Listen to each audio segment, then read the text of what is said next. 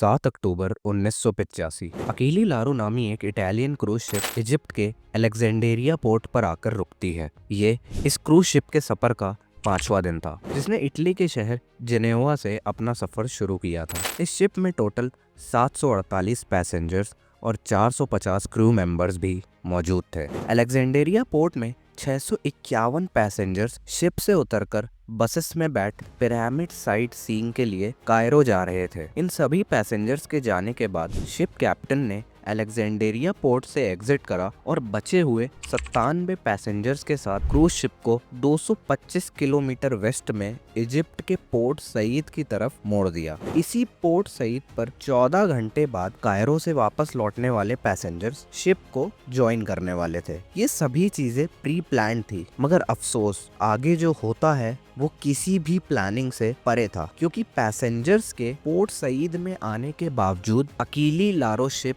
अभी तक Port Said पर नहीं पहुंची थी। तो आखिर सवाल ये था कि कहां थी अकीली लारो और क्या हुआ था शिप में बैठे उन 97 पैसेंजर्स के साथ। ये जानने के लिए पूरा वीडियो जरूर देखें। Palestinian terrorists have hijacked an Italian cruise liner in the Mediterranean and are threatening to start executing American passengers. Cruise ship Achille Lauro have decided to surrender. However, the report from Agence France Presse, quoting diplomatic sources in Port Said, has yet to be officially confirmed. Port Said में मौजूद passengers के लिए एक एक minute मानो काल के बराबर था, क्योंकि अब तक कई घंटे बीतने के बावजूद शिप का कोई अता पता नहीं था। जब पैसेंजर्स पोर्ट ऑफिशियल से बात करते हैं तो उन्हें बताया जाता है कि असल में सुएज कैनाल में बहुत ज्यादा ट्रैफिक चल रहा है, इसी वजह से आपकी शिप अकीली लारो लेट हो गई है। इसके बाद भी 3 घंटे बाद जब शिप नहीं पहुंचती है पोर्ट सईद में, तो सभी पैसेंजर्स हल्ला बोल देते हैं सईद पोर्ट के ऑफिशियल्स के खिलाफ। इतना दबाव बढ़ता देख सईद पोर्ट के ऑफिशियल्स फाइनली पैसेंजर्स को असली बात बताते हैं। असल में दोस्तों सच ये था कि अकीली लारो को हाईजैक कर लिया गया था। शिप में बचे हुए 97 पैसेंजर्स में 4 हाईजैकर्स मौजूद थे, जो अपने वेपन बड़ी चालाकी से किसी फ्यूल टैंक में डालकर शिप में लाए थे, मगर इसी फ्यूल की वजह से हाईजैकर्स के वेपन गीले हो गए थे, तो वो हेयर ड्रायर की मदद से अपने हथियार को सुखाने में लगे हुए थे अपने रूम पे। मगर उसी समय एक वेटर फ्रूट सर्व करने के लिए उनके रूम में एंटर कर जाता है। हाईजैकर्स की सबसे बड़ी चूक यहाँ पर ये थी कि वो अपने रूम को अंदर से लॉक करना भूल गए थे। तो अब जैसे ही वेटर अंदर आता है, इन सभी हाईजैकर्स का भांडा फूट जाता है। हाईजैकर्स तुरंत वेटर और शिप में मौजूद सभी पैसेंजर्स को बंदूकों की जोर से बंदी बना लेते हैं। आगे चल के कई रिपोर्ट्स में ये पता चलता है कि शायद हाईजैकर्स शिप को पोर्ट सईद के बाद हाईजैक करना ही नहीं चाहते थे, मगर अब चूंकि उनका भांडा फूट चुका था तो उनके पास कोई और रास्ता नहीं बचता है शिप को पोर्ट सईद में ही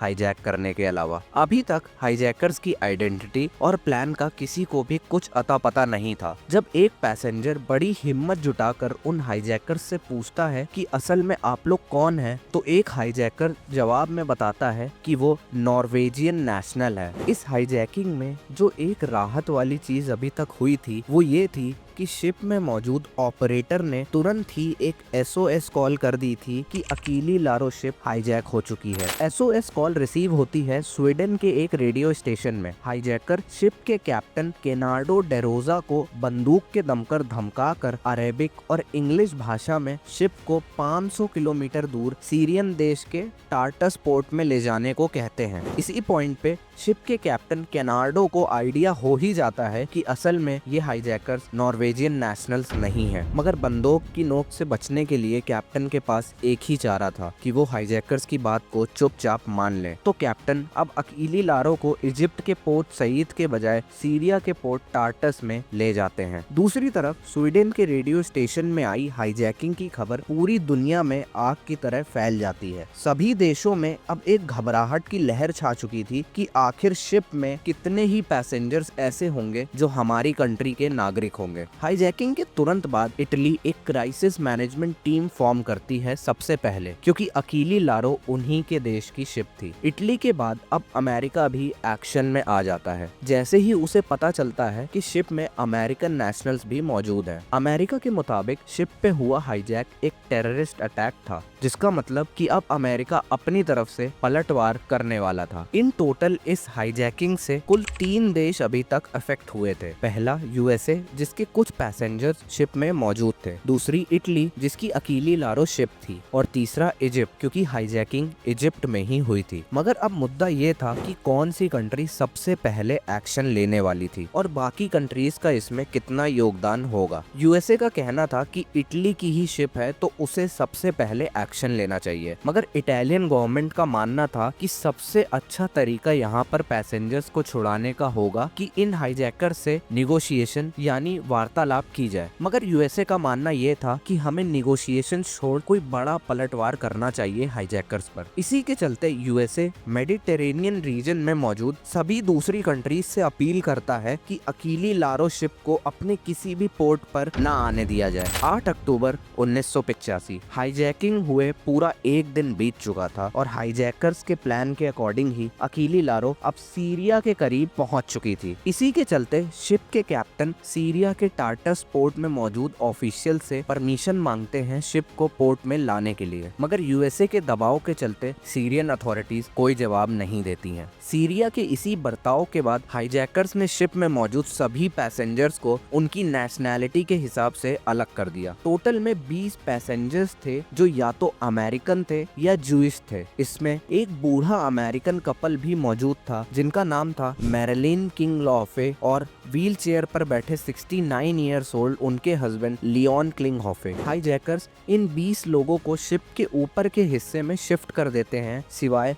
लियोन किंगहॉफे के, क्योंकि वो असल में चल नहीं सकते थे। अपने साथ ऐसा बर्ताव होते देख लियोन बौखला जाते हैं और हाईजैकर्स को भला बुरा बोलना चालू कर देते हैं। अब तक काफी समय बीत चुका था मगर अकीली लारो को अब तक सीरिया से कोई भी परमिशन नहीं मिली थी। इसी की वजह से अब हाईजैकर्स अपनी डिमांड रखते हैं पूरी दुनिया के सामने। हाईजैकर्स रेडियो के जरिए सीरियन अथॉरिटीज को बताते हैं कि हमारा ताल्लुकात PLF यानी पैलेस्टीन लिबरेशन फ्रंट से है और हम चाहते हैं कि इजराइल हमारे 50 साथियों को रिहा कर दे। हाईजैकर्स के लीडर का नाम यूसुफ मजीद मौलकी था। सीरियन अथॉरिटीज से बात करते हुए इसने ही कहा था कि अगर आज 3 बजे तक हमारी डिमांड पूरी नहीं हुई तो हम शिप को कब्रिस्तान में बदल देंगे और सबसे पहले हम जूस को मौत के घाट उतारेंगे। हाईजैकिंग के इस गंदे खेल में अब जाकर 6 देश कुल प्रभावित हो चुके थे, जो कि थे यूएसए, इटली, इजिप्ट, जिनकी बात वीडियो में मैंने पहले भी की थी, और बाकी 3 देश थे पैलेस्टीन,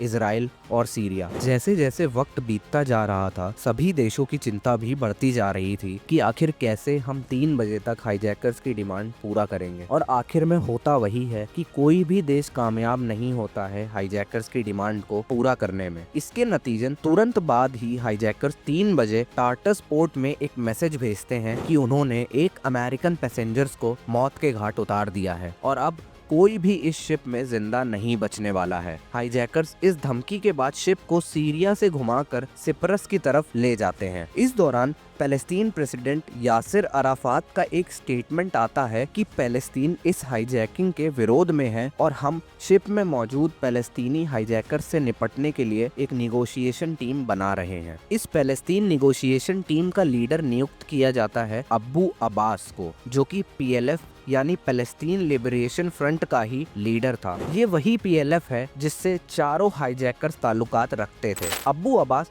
सिप्रस के रेडियो स्टेशन से हाईजैकर्स के साथ कांटेक्ट करते हैं और उनसे कहते हैं कि वो तुरंत ही इजिप्ट के पोर्ट सईद की तरफ जाएं और शिप में मौजूद सभी पैसेंजर्स को रिहा कर दें। यूसुफ, जो कि हाईजैकर्स का लीडर था, वो अबू अब्बास की बात मान जाता है और शिप को इजिप्ट ले जाता है। इजिप्ट में आई अकीली लारो शिप में मौजूद हाईजैकर्स से निगोशिएट करने अबू अब्बास अकेले ही जाते हैं। इस पॉइंट ऑफ टाइम तक यूएसए ये चाहता था कि हाईजैकर से कोई भी बातचीत ना की जाए और उन्हें टेररिस्ट की तरह ही ट्रीट किया जाए, मगर इटली और इजिप्ट चाहते थे कि उनके हाथ इस खेल से मैले ना हो। और चूंकि ये मामला इजराइल और पैलेस्टीन के बीच का है तो वो दोनों देश ही तय करें कि हाईजैकर्स के साथ आखिर करना क्या है। 9 अक्टूबर 1985। शिप कैप्टन डेरोजा रेडियो में मैसेज भेज पूरी दुनिया को ये खबर देते हैं कि शिप में मौजूद एक भी पैसेंजर्स को कोई भी खरोच नहीं आई है और वो सभी इजिप्ट आ चुके हैं। ये खबर सुनकर आखिर में इटली और इजिप्ट हाईजैकर्स को सेफ पैसेज देकर जाने देते हैं, क्योंकि वो सोचते हैं कि हाईजैकर्स अब पैलेस्टीन लिबरेशन फ्रंट की गिरफ्त में है, तो अब हमारा कोई काम नहीं है। हाईजैकर्स इजिप्ट के ही थ्रू सेफ पैसेज लेकर वहां से गायब हो जाते हैं। बाद में जाके जब कैप्टन और पैसेंजर्स को शिप से रिहा किया जाता है तो पता चलता है कि कैप्टन के द्वारा रेडियो पर भेजा गया मैसेज कि सभी पैसेंजर सेफ हैं, वो असल में बंदूक की जोर पर करवाया गया था और शिप में मौजूद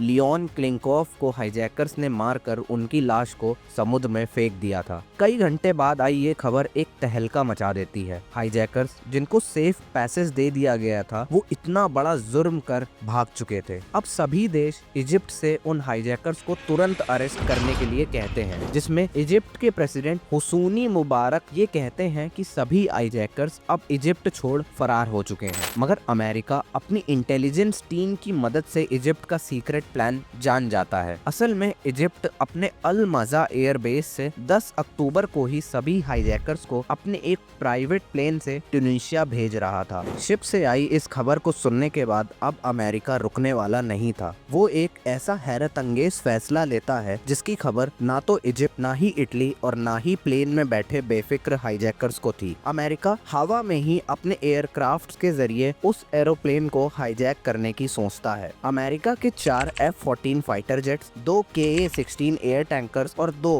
E-2C रेडार प्लेन्स मेडिटेरेनियन सी के ऊपर पेट्रोलिंग करना शुरू कर देते हैं। जैसे ही हाईजैकर्स प्लेन के जरिए इजिप्ट से रवाना होते हैं, अमेरिका के 4 F-14 जेट्स प्लेन को घेर लेते हैं और पायलट से बोलते हैं कि प्लेन को इटली में नेटो के एयरबेस सिंगोनेला में लैंड कराए। प्लेन का पायलट इजिप्ट को रेडियो के थ्रू कांटेक्ट करने की कोशिश करता है, मगर अमेरिका के E-2C के रेडार प्लेन्स के चलते उसका रेडियो काम नहीं करता। पायलट के पास अब कोई ऑप्शन नहीं बचा था, तो उसने 11 अक्टूबर की रात 12:10 पे जहाज को इटली के सिंगोनेला एयरबेस पर लैंड करा दिया। लैंड होते ही जहाज को घेर लिया जाता है 80 यूएसए कमांडोज के द्वारा, मगर यूएसए के सामने मुसीबत तब आती है जब इटली के 300 कमांडोज घेर लेते हैं यूएसए के 80 कमांडोज को। असल में अब इटली चाहता था कि चूंकि अकीली लारो शिप उनकी ही कंट्री की थी और एयरप्लेन भी उनके एयर बेस पर ही लैंड हुआ था, तो वो इन हाईजैकर्स को अरेस्ट करेंगे। कई घंटे चली अमेरिका और इटली की इस निगोशिएशंस में आखिर अमेरिका अपने कमांडोज को पीछे हटने को कह देता है, मगर अमेरिका की शर्त ये थी कि इटली इन हाईजैकर्स को सख्त से सख्त सजा दिलवाएगा। इटली प्लेन में मौजूद 4 हाईजैकर्स को गिरफ्तार कर लेता है, मगर प्लेन के अंदर वो एक और शख्स को पाता है। ये शख्स और कोई नहीं बल्कि था PLF का लीडर और यासिर अराफात का भेजा गया अब्बू अब्बास। अब्बू अब्बास के प्लेन में मौजूद होने से ये माना जाता है कि उसने ही ये पूरी हाईजैकिंग का प्लान बनाया था, मगर पैलेस्टीन के प्रेसिडेंट यासिर अराफात इस बारे में जानते थे या नहीं, इस बात की पुष्टि अभी तक नहीं मिलती है। मगर हाईजैकिंग में सबूतों के अभाव के चलते इटली को अब्बू अब्बास को छोड़ना पड़ जाता है, मगर चारों हाईजैकर्स को इटली सख्त सजा देता है। जिस हाईजैकर ने लियोन क्लिंगहोफे का कत्ल किया था उसे 30 साल की सख्त सजा सुनाई जाती है, जबकि बाकी तीनों हाईजैकर्स को 15 से 25 साल की कारावास में रखा जाता है। बाद में इन्वेस्टिगेशंस में पता चलता है कि असल में हाईजैकर्स शिप को हाईजैक्स करना ही नहीं चाहते थे, वो तो इजराइल के पोर्ट अशूद पर हमला करना चाहते थे। ये कदम वो इसलिए उठा रहे थे क्योंकि इजराइल ने उनके देश में बॉम्बिंग्स कराई थी। लियोन क्लिंगहोफे की बॉडी 5 दिनों के बाद 13 अक्टूबर को सीरिया के कोस्ट से बरामद होती है। तो दोस्तों, आशा करता हूँ कि आपको ये हाईजैकिंग की अनोखी और असली कहानी बेहद पसंद आई होगी। अगर हाँ तो हमारे चैनल मिस्टर इन्वेस्टिगेटर को सब्सक्राइब करें और इस वीडियो को लाइक, कमेंट और शेयर जरूर करें। तब तक मैं मिलता हूँ आपसे नेक्स्ट वीडियो पे। Thank you.